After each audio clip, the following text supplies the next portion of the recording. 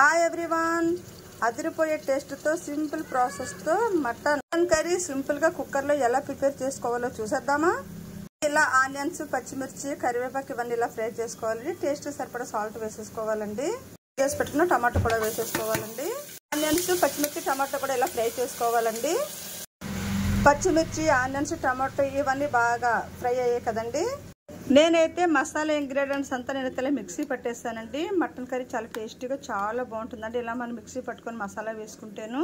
ఇప్పుడు రుబ్బుకొని పెట్టుకున్న ఈ మసాలా కూడా దీంట్లో వేసేసుకోవాలండి. మసాలా ముద్ద వేసేసుకున్నాం కదా. ఇప్పుడు ఒకసారి అయితే బాగా కలుపుకోవాలండి. బాగా ఫ్రై చేసుకోవాలి. ఈ మసాలా ముద్ద, ఈ ఆనియన్స్, పచ్చిమిర్చి, ఈ ఇంగ్రీడియంట్స్ అంతా కలిసి ఇప్పుడు మసాలా ఇంగ్రీడియంట్స్ అంతా బాగా ఫ్రై అయింది కదండి. ఇప్పుడు కర్రీకి తగినంత కారం వేసేసుకోవాలండి. కారం వేసుకున్న తర్వాత ఒకసారి ఇలా బాగా కలుపుకోవాలండి. అడుగు పట్టుకుంటూ ఉంటుంది ఈ మసాలా ఇంగ్రీడియంట్స్. ఇప్పుడు నీట్గా వాష్ చేసి పెట్టుకున్న ఈ మటన్ మసాలా ఇంగ్రీడియంట్స్ అంతా బాగా ఫ్రై అయింది కదండి. ఇప్పుడు నీట్గా వాష్ చేసి పెట్టుకున్న ఈ మటన్ అంతా ఇప్పుడు వేసేసుకోవాలండి. ఇలా మటన్ అంతా వేసేసుకోవాలండి.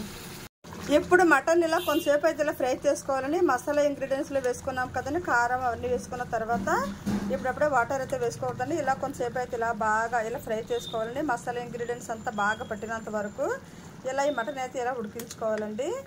ఇలా ఒకసారి కలుపుకొని బాగా ఉడికించుకున్న తర్వాత ఇప్పుడు కర్రీ ఉడకడానికి తగినంత వాటర్ అయితే వేసుకోవాలండి.